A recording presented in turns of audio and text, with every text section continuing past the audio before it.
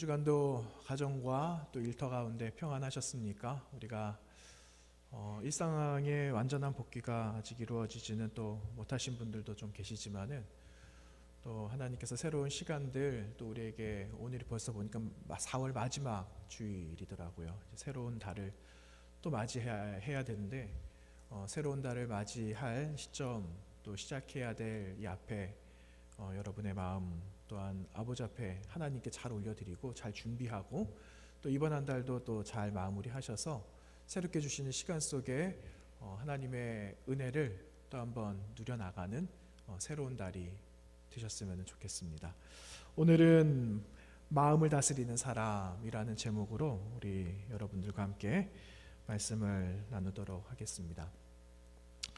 그 행복을 아무도 모르는 곳에 숨겨둬라. 신의 명령이 떨어졌습니다. 행복을 아무도 찾지 못하도록 잘 꼭꼭 숨겨둬라. 이 명령을 천사들이 받게 되었죠. 그래서 천사들이 모이게 되었습니다. 어떻게 하면 행복을 숨겨둘 수 있을까? 어떤 한 천사는 이거를 바다 깊숙한 곳에다가 숨겨두자 라고 말한 천사도 있고, 또 어떤 천사는 아니야, 산속에다가 숨겨두자 이렇게 이야기를 했습니다. 그런데 어떤 한 천사는 인간은 너무너무 교활하기 때문에 야망이 너무너무 가득해서 아마 바다에다가 숨겨 놓았다라고 해도, 산에다 숨겨 놓았다라고 할지라도 금방 찾을 수 있을 거다. 그러니 그렇게 하지 말자 라고 해서 이 두 제안이 모두 다 무산되고 말았죠. 그러자 한 천사가 다시 제안을 합니다. 행복을 사람의 마음에다가 숨겨두자, 그렇게 말을 했다라고 합니다. 사람은 자기 분수에 넘치고 너무너무 욕심이 가득해서 아마 자신의 마음속에 있는 행복, 그거조차 찾지 못할 거다라고, 그래서 사람의 행복은 어디 있느냐 하면은 사람의 마음속에 있게 되었다 하는 그러한 이야기입니다. 여러분, 우리가 지금까지 살아오시는 많은 인생들 가운데 어려움이 많이 있으시잖아요.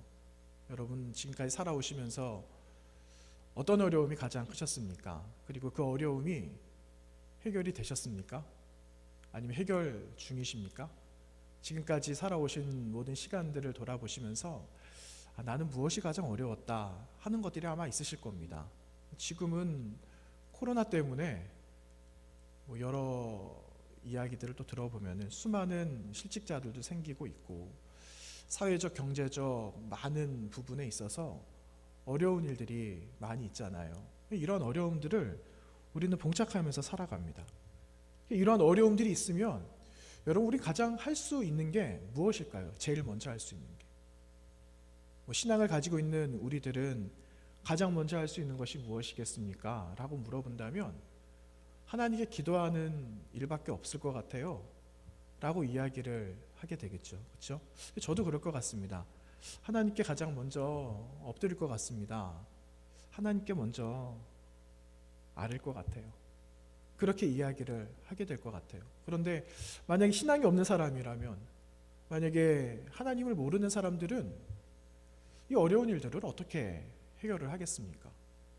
아마 이 일들을 경험했던 사람들에게 찾아간다든지, 아니면은 요즘 인터넷이 많이 또 발달이 되어져 있으니까 이런 매체들을 통하여서 어떻게 하면 이 어려운 일들을 좀 쉽게 해결할 수 있을 건지, 이런 것들을 좀 달리 찾아보겠죠. 다른 방법들로. 그런데 여러분, 정말 우리를 어렵게 하는 것은 눈에 펼쳐져 있고 지금 우리가 봉착해 있는 이런 어려움들이 아니라, 그것도 물론 어렵지만 그것보다 더 어려운 문제는 무엇이냐? 우리 눈에 보이지 않는다라는 겁니다. 우리 눈에 보이지 않는 그 문제가 우리를 힘들게 한다라는 거죠. 마음을 다스리지 못했던 데가 얼마나 많이 있습니까? 그렇죠? 마음을 다스리지 못했던 일들. 그래서 상처를 받는 일도 있었지만 상처를 주는 일도 굉장히 많이 있었어요. 그래서 오해를 샀던 일들도 있고, 오해가 실타래처럼 꼬여지고 풀어지지 않아서 비비 꼬여져 있어서 지금도 어렵게 살아가고 있는 우리 주변에 형제와 자매들이 얼마나 많이 있습니까? 이런 것들은 눈에 보이지 않거든요. 그래서 이런 것들이 사실은 우리의 삶 속에 너무너무 우리를 힘들게 한다라는 것입니다. 여러분, 우리가 나눈 말씀에서도 기록이 되어져 있지만 잠언 기자가 16장 32절 말씀에서 뭐라고 기록하고 있습니까? 어떻게 이야기하죠? 노하기를 더디하는 자는 뭐보다 낫다라고 합니까? 용사보다 낫다. 노하기를 더디하는 자는 용사보다 낫고 자신의 마음을 다스리는 자는 성을 빼앗는 사람보다 낫다라고 합니다. 그러니까 마음을 잘 다스려라 그거죠. 마음을 잘 다스려라. 우리가 지금 보았던 노하기를 더한다. 이 말은 영어 성경에 인내라는 단어로 기록하고 있어요. 노하기를 더디한다. 이 말은 인내하는 것. 분이 나는 마음을, 화가 나는 마음을 다스리는 거예요. 참는 거예요. 인내 이런 단어로 이야기를 하고 있거든요. 여러분, 인내가 우리의 삶에 왜 필요한가?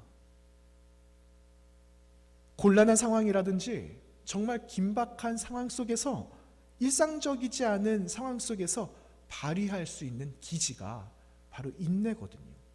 그래서 그 인내를 가져라. 인내를 가지고 있는 사람이 용사보다 크다 라고 오늘 잠언 기자가 이야기를 하는 겁니다. 그래서 여러분, 인내를 잘하면 나도 살아나지만 인내를 잘하면 상대방도 살릴 수 있습니다.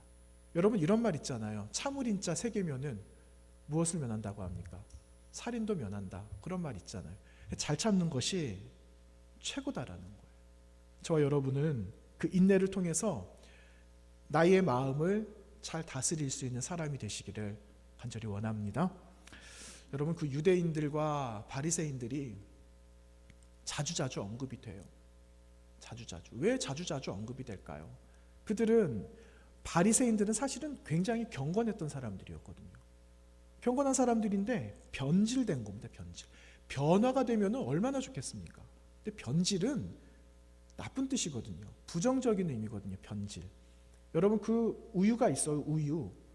우유가 있는데 신선한 우유를 오래 두면 어떻게 됩니까? 변화가 됩니까? 변질이 됩니까? 변질이 되잖아요. 뻑뻑하게 되잖아요. 먹을 수가 없어요. 이런 겁니다. 유대 그 사회 속에서 그 바리새인들과 서기관들과 이런 제사장들이 거룩하게 잘 세워져야 되는 사람임에도 불구하고 이들은 예수님의 말씀을 앞에서 보지만, 그리고 예수님께서 하시는 그 이적과 기사들을 눈으로 보고 있지만 그것을 믿지 않았어요.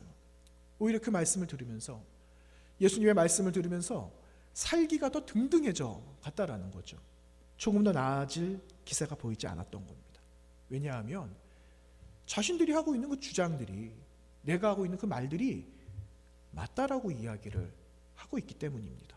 그러니 생명을 선포하고 계시는 그 하나님의 말씀, 예수 그리스도 그 아들을 통하여서 선포되어지고 있는 그 말씀이 그들의 귀에는 들리지가 않았다라는 거죠. 여러분, 만약에 이들이 자신들이 말하는 것을 조금 줄였다면, 그리고 예수님께서 하시는 그 생명을 살리는 그 말씀들을 그들이 잘 듣고 있었다면 그들은 아마도 생명을 살리는 아주 좋은 사람들이 되었을 겁니다.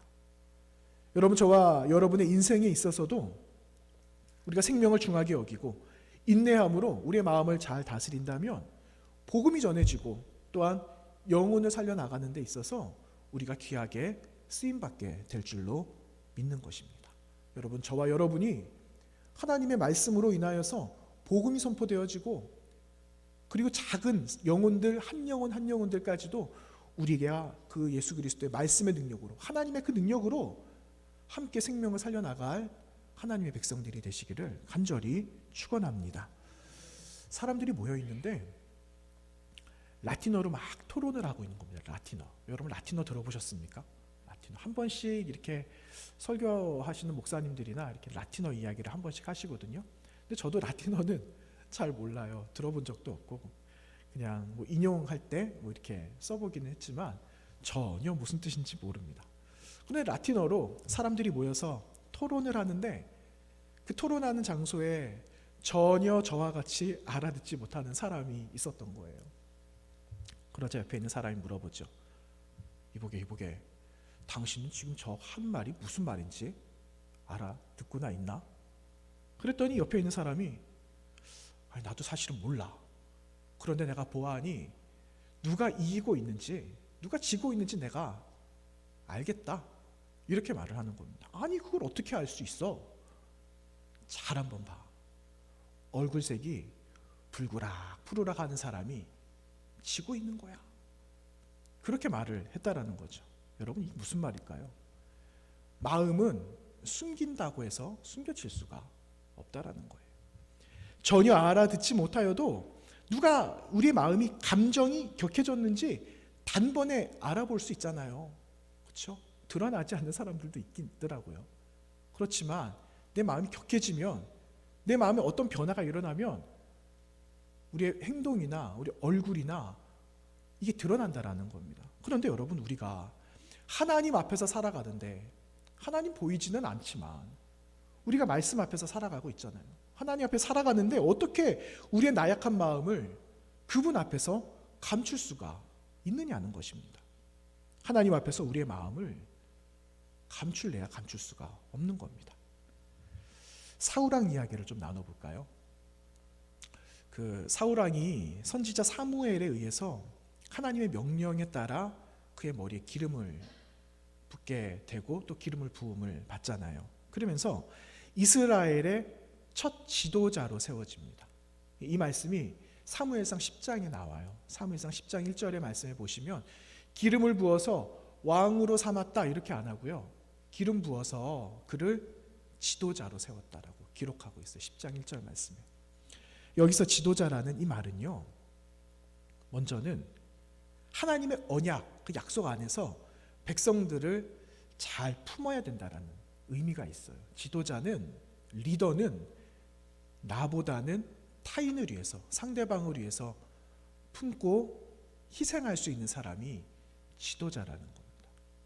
그런데 그 사울이 처음에 지도자로 세워지게 되는 거죠. 그렇지만 그가 지도자로 끝나는 것이 아니라 그는 엄연히 왕이었어요. 이스라엘의 첫 번째 초대 왕이 되지 않았습니까? 여러분, 이 왕은 하나님의 말씀을 그대로 받는 겁니다.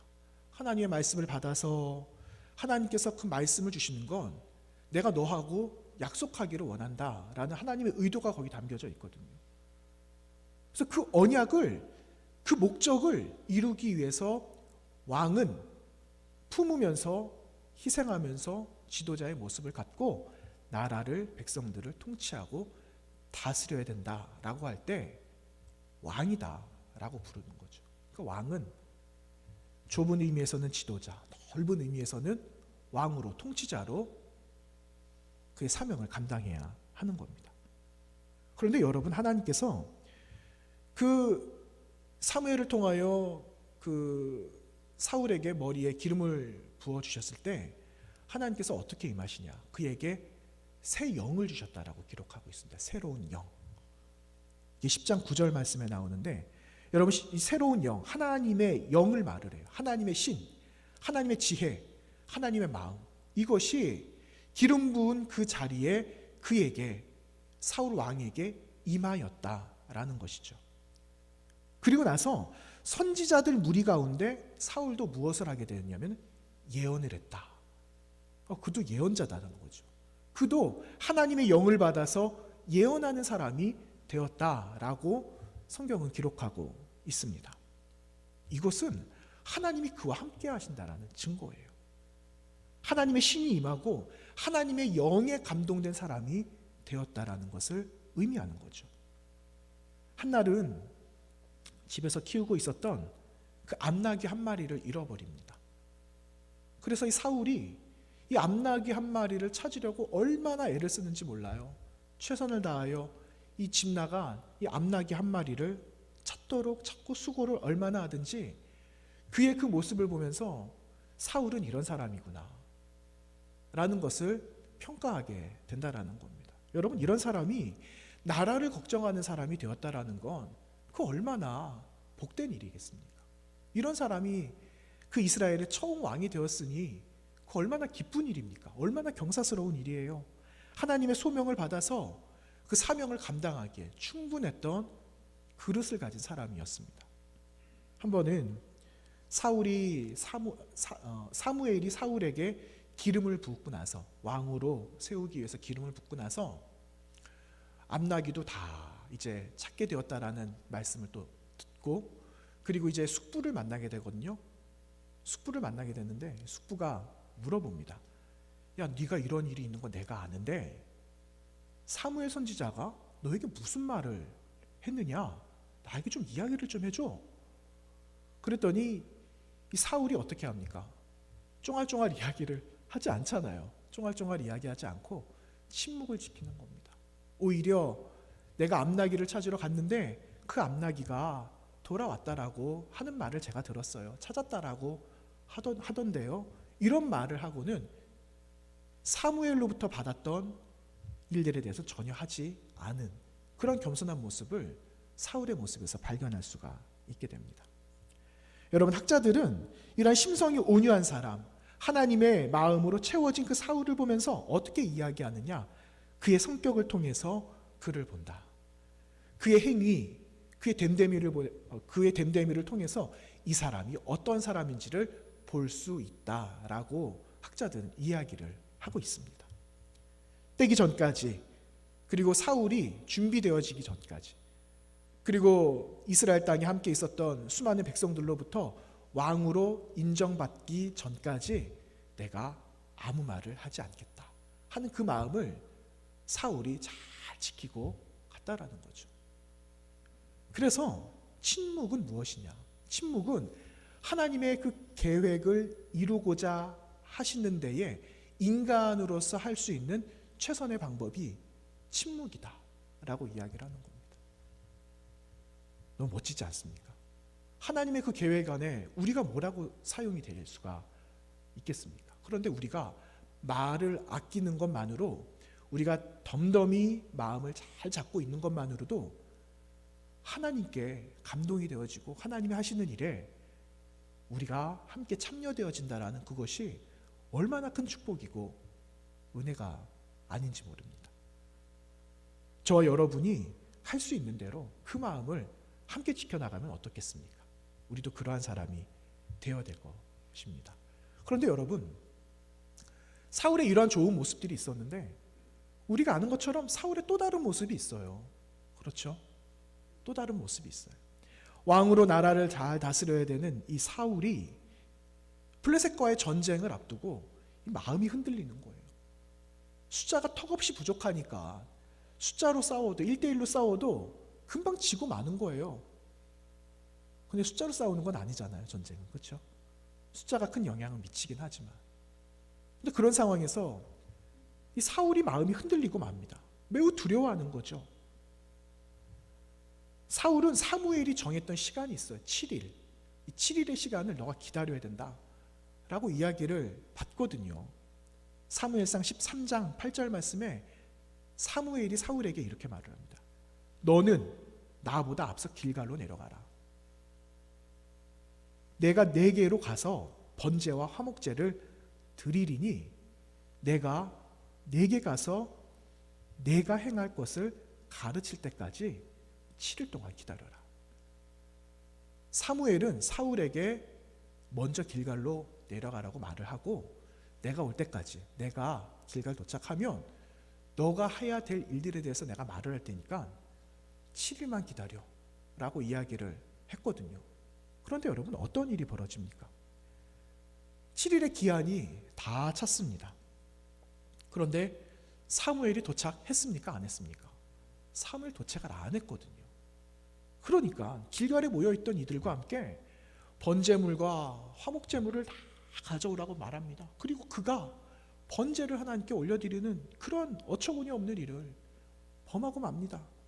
그런데 여러분, 참 신기하게도 번제를 다 드렸어요. 마치자마자 누가 왔을까요? 사무엘이 등장하라는 거예요. 사무엘이. 어쩜 이렇게 타이밍이 어떻게 이렇게 될까요? 얼마나 당황스러웠을까요? 얼마나 놀랐을까요? 여러분, 뭐가 문제일까요? 때를 기다리지 못한 겁니다. 때를. 주변과 강한 자의 힘과 거기서 오는 압박을 이 사울이 도저히 견딜 수가 없었던 거죠. 그러니까 내가 처음 가지고 있었던 이 마음이 한순간에 다 무너져 내리고 말았다라는 거예요. 여러분, 때를 기다리지 못했다라는 건 결과적으로 봤을 때 하나님에 대한 도전이에요. 자신이 번제와 화목제물을 하나님께 올려드리는 그 자체만으로 그는 하나님 앞에 도전장을 내밀고 있었다라는 겁니다. 이 명령에 대한 불순종이었다라는 거죠. 그래서 사무엘은 그의 과오를 분명하게 지적합니다. 여러분, 하나님은 어떤 분이실까요? 하나님은 우리의 행위를 보시고 감동을 받으실까요? 우리의 마음을 보시고 감동을 받으실까요? 우리 하나님은 마음을 보시는 분입니다. 마음. 그래서 저와 여러분이 행위로, 행동으로, 그리고 너무너무 아름다운 그런 그 미사여구를 써가면서 하는 의로운 행동, 거기에 하나님은 사실은 감동받지 않으신다라는 겁니다. 그렇게 할 수 있기까지 처음에 그 마음을 지금도 지키고 있는가, 가지고 있는가, 하나님은 그것을 보신다라는 거죠. 그 마음의 동기가 계속해서 유지되어지고 있는가, 하나님은 그 마음을 보신다는 겁니다. 변함이 없는지, 흔들리고 있지는 않는지 하나님은 그것을 보시고 거기에 주목하고 계신다라는 사실을 우리는 잊어서는 안 된다라는 겁니다. 하나님의 사람이, 제사장의 사명과 직분을 감당할 주님의 사람들이 행위에 더욱더 열심이라면은 하나님에 대한 경외함보다 사람에게 보이기 위한 열심으로 변질되게 된다라는 겁니다. 변화가 아니라 변질되어진다라는 것을 기억해야 되죠. 그래서 우리는 마음을 지켜야 됩니다. 처음 주신 그 마음을 잘 지킬 수 있어야 됩니다.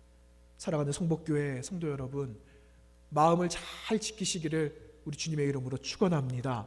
하나님의 때와 또한 말씀으로 말씀하시는 바를 마음으로 잘 받아서 삶으로 우리가 거룩하게 진실되게 감당하는 그런 사람이 되어야 하는 것입니다. 종교개혁자 칼빈은 이렇게 말을 합니다. 인간을 파멸에 이르게 하는 분명한 요인은 바로 자신에게 복종하는 거다. 이렇게 말을 하고 있어요. 사울의 범죄는 왕으로서의 그의 미래를 끝나게 했는데, 이것은 그가 용서받지 못할 사람이어서가 아니라 용서받아야 될 절박한 필요가 있다는 것을 이 사울이 깨닫지 못했다라는 거예요. 그걸 인정하지 않았다라는 거죠. 그래서 덧붙여서 이야기하기를, 칼빈 선생님은 그렇기 때문에 유일하게 안전한 피난처란 주님이 인도하시는 곳이면 어디든지 그분을 따르는 것 이외에 다른 생각이나 치해를 갖지 않는 것이다. 그러므로 무엇보다 먼저 자신을 포기하고 이후에는 우리 마음의 모든 힘을 하나님 섬기는 일에 바쳐야 된다라고 칼빈 선생님은 그렇게 이야기하고 있습니다. 아주 오래전에 제가 교육전도사 시절이었는데, 그때 맡고 있었던 어린아이들에게 제가 그 말씀을 전하면서 책에 있는 이야기를 한번 들려준 적이 있습니다. 그 책의 제목은 내 마음 그리스도의 집이라는 책이에요. 되게 오래된 책이거든요. 굉장히 얇고, 로버트 멍어라는 작가가 쓴 책인데, 그 로버트 멍어가 예수 그리스도를 만난 다음에 내 마음에 예수 그리스도를 모시기 위해서 불필요한 것들, 하나님이 별로 좋아하지 않으실 만한 것들을 이제 정리하는 그러한 그 이야기를 기록하고 있어요. 내 마음 그리스도의 집. 자신의 마음을 이렇게 들여다보니까 처음부터 끝까지 방이 4개가 있는데 하나하나 다 나를 위한 욕구로 채워져 있는 내 마음의 방을 발견하게 되는 거죠. 그래서 하나씩 정리를 해갑니다. 하나씩. 근데 맨 마지막 4번째 방을 딱 직면하게 됐는데, 이것만큼은 내가 하나님께 보여드리고 싶지가 않은 거예요. 괜찮아, 열어. 괜찮아.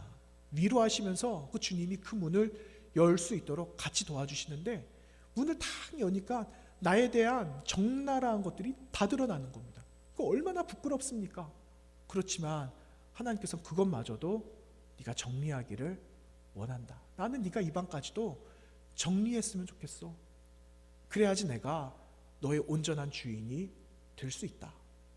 라고 그런 말씀을 하시면서 그가 과감하게 자신의 네 번째 방을 다 비우고 그 방까지 하나님께 드리는 그러한 내용의 책이에요. 그러면서 온전한 그리스도인이란 바로 이런 하나님의 마음으로 채우고 내 집을, 성전이잖아요 우리가. 이 성전을 하나님께 올려드릴 수 있다. 그러한 기쁨, 하나님으로부터 받은 그 희열, 행복함, 이런 것들의 이야기를 내 마음 그리스도의 집이라는 책에서 로버트 멍어가 쓰고 있는 그러한 매우 간단하고 명료한 우리 신앙생활에 참 도움이 될 만한 그러한 책이라는 거죠. 여러분, 문제는요, 간단 명료한 모범이 있지만 우리가 이 모범을 보면서도 살아가지 못한다라는 게 문제입니다. 뻔한 대답이 있고 그리고 뻔한 결과를 알지만 그렇게 우리가 살아가지 못한다라는 게 삶의 진짜 큰 문제고 경종을 울리게 한다라는 거죠. 그래서 사랑하는 여러분, 그리스도를 여러분의 영혼에 다시 채워야 됩니다. 예수 그리스도를 다시 채우고 다시 오늘 주시는 그 은혜를 여러분 다시 한번 끄집어내어서 그 은혜로 살아가는 저와 여러분이 되시기를 간절히 원하는 것입니다. 사도 바울은 은혜를 받았다라고 말하지만 편하지 않는 그리스도인 고린도 교회 성도들에게 이렇게 말을 하잖아요. 너희가 하나님의 성전인 것을 왜 모르냐? 하나님의 성령이 너희와 함께하고 계시는 것을 왜 알지 못하느냐? 그렇게 사도 바울은 탄식하면서 고린도 교회 성도들에게 이야기했습니다. 너희가 어찌 하나님 없이 무엇을 할 수 있으며 그분의 능력 없이 어떻게 자신이 타인을 볼 수 있고 나아가 자신을 돌보고 다스릴 수가 있지? 이렇게 말을 하고 있다라는 겁니다. 사랑하는 여러분, 예수 그리스도밖에 없습니다. 우리 주님밖에 없어요. 그분으로 우리의 영혼을 채워야 됩니다. 그래야지 우리는 그분을 닮아갈 수 있는 겁니다. 배울 수가 있는 겁니다. 그분처럼 살아갈 수가 있는 겁니다. 그래야 그것이 능력이 되고, 그래서 우리는 용사보다 나은 사람이 되어야 하는 것입니다.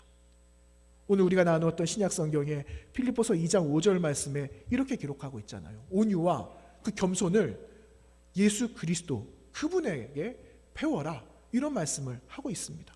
여러분, 이 말씀 다 같이 한번 다시 한번 읽어볼까요? 2장 5절 말씀 다시 한번 보기를 원합니다. 함께 읽겠습니다.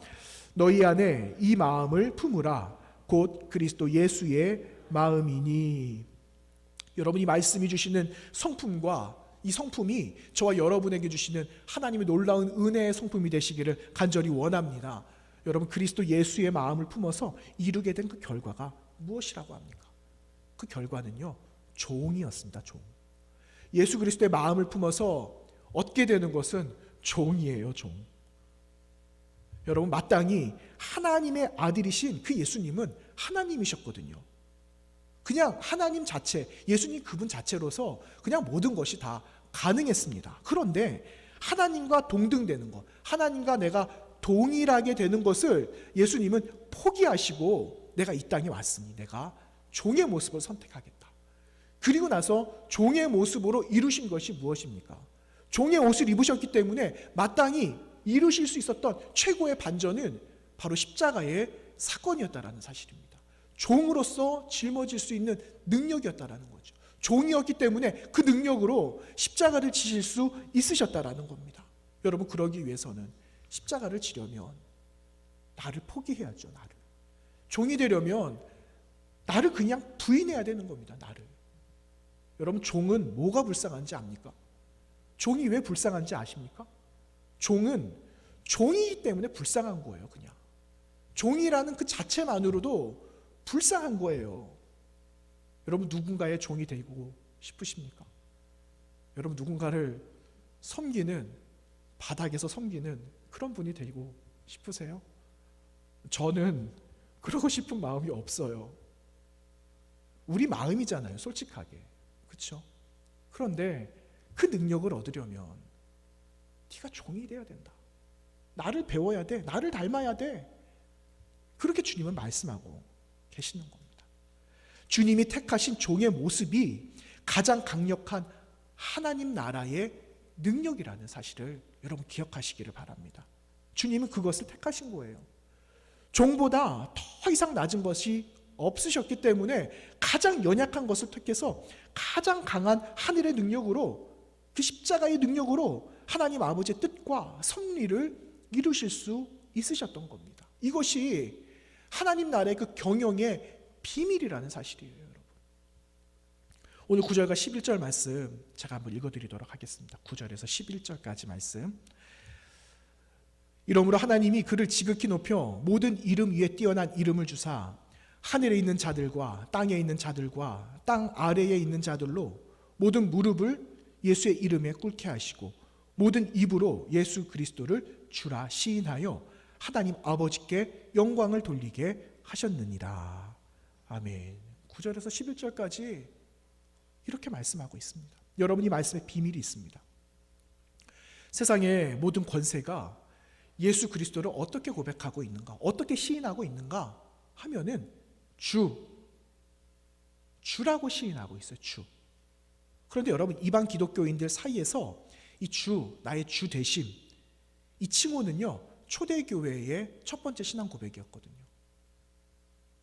그런데 여러분, 이 신앙 고백이 그리스도께서 나의 주인이 되어주셨다라는 것은 과거의 이방인이나 그때 당시 그리스도인들이나 그 과거나 지금 살아가고 있는 우리들에게도 주시는 변함없는 약속이라는 거예요. 변함없는.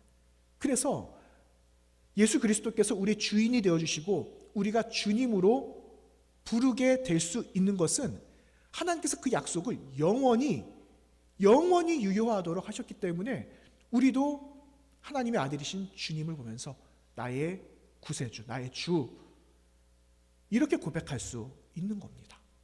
여러분, 믿으시기를 바랍니다. 여러분, 믿음을 가지시고 십자가의 능력으로 하늘의 권세를 가지고 계신 그 예수 그리스도, 우리의 대속의 죽음을, 우리를 위해서 대속의 죽음을 죽으신 그분이 과거에 불렀던 그들의 고백 주가 아니라 오늘 살아가고 있는 우리들에게도 동일하게 역사하시는 주님이심을 여러분 믿으시기를 바랍니다. 그래서 예수 그리스도의 마음을 품는다라는 건 하늘의 그 능력이 지금 저와 여러분에게 있다라는 거예요. 하나님의 그 능력이 2000년 전에 있었던 그 능력이 여러분 우리에게도 동일하게 지금 임하고 있다라는 사실입니다. 나아가서 우리가 그 능력 되시는 하나님의 자녀들, 백성이다라는 사실을 여러분 인정하시고 고백하게 되시기를 축원합니다. 사랑하는 성복교회 성도 여러분, 주님께 겸손을 배우시고 우리 주님을 닮으시기를 바랍니다. 그것이 능력이며 예수님처럼 살아가는 삶입니다. 예수님의 고난과 죽으심을 볼 때는 아무런 미래가 없습니다. 그러나 독일의 유명한 신학자 가운데 칼바르트라는 신학자가 있거든요. 그런데 그분은 십자가 사건을 보면서 문은 닫혔다, 이렇게 말을 하고 있어요. 문은 닫혔다. 이 말은요, 십자가의 한 면을 바라보면 그냥 죽음으로서 다 끝난 소망이 없는 상태지만 그 십자가 그 이면, 보이지 않는 십자가의 그 뒷면을 바라보면 바로 그것은 새로운 시작이다. 그래서 문은 닫혔지만 새로운 문은 다시 우리에게 열려져 있다 라고 칼바르트는 그렇게 이야기를 하고 있는 겁니다. 여러분, 종되심, 섬겨주심, 그리고 죽으심이란 완전함 속에서, 불완전함 속에서 완전함을 이루시고 그리고 구속의 은혜를 우리에게 주셨다라는 사실을 여러분 우리는 믿어야 되는 겁니다. 여러분, 소망과 미래를 볼 수 없는 이러한 상황 속에서 새로운 세계를 향하여 다시 걸어가게 하시는 하나님의 섭리와 이런 계획이 십자가를 통하여서 이루어지고 선포되었다라는 것을 여러분 믿으시면서 우리 주님을 닮아가시는 저와 여러분이 되시기를 간절히 원하는 것입니다. 이것이 그리스도로부터 시작된 겸손과 사랑의 극치라고 할 만큼 감격스러운 복음이라는 사실이며 오늘 4월 마지막 주일날 주시는, 여러분에게 주시는, 또 저에게도 주시는 하나님의 특별한 선물이다라는 사실을 기억하시기 바랍니다. 그러므로 여러분, 주님의 마음을 여러분의 마음에 가득 채우시기 바랍니다. 벅찬 마음을 가지시고 감동을 가지시고 하나님의 말씀과 명령에 따라서 능력으로 살아가게 되시기를 바랍니다. 그 능력이 우리의 생각과 마음을 주장하시고 나아가서 우리를 통하여 온전케 하시는 하나님의 뜻을 이루게 하실 줄로 믿습니다. 여러분, 이번 한 주간도 우리 주님께서 하나님 아버지를 향해서 순종하면서 결단하면서 살아가신 것처럼 남겨져 있는 이번 한 주간의 삶도 하나님의 말씀에 순종하면서 그분의 뜻을 이루어가는 능력 있는 그리스도인, 겸손한 그리스도인, 마음을 지켜서 온 세상을 품게 하시는 하나님의 사람들로 우리 모두가 든든하게 쓰임 받으시기를 주님의 이름으로 축원합니다. 기도하도록 하겠습니다. 거룩하신 하나님 아버지, 감사합니다. 이 시간 주의 말씀으로 우리를 위로하여 주시고 새로운 하나님의 백성들로 다시 우리의 모습을 볼 수 있게 하여 주시니 고맙습니다. 오늘 이 시간에 주신 하늘의 놀라운 은혜와 우리 각자에게 주신 하늘의 은총의 그 선물이 영원히 간직되게 하여 주시고 그 능력으로, 그 선물로 하나님 믿음 안에 승리해 나가는 멋진 그리스도인들이 다 되어지도록 인도하여 주시옵소서. 모든 것 감사드리오며 살아계신 우리 구세주 예수님의 이름으로 기도하옵나이다. 아멘. 주신 말씀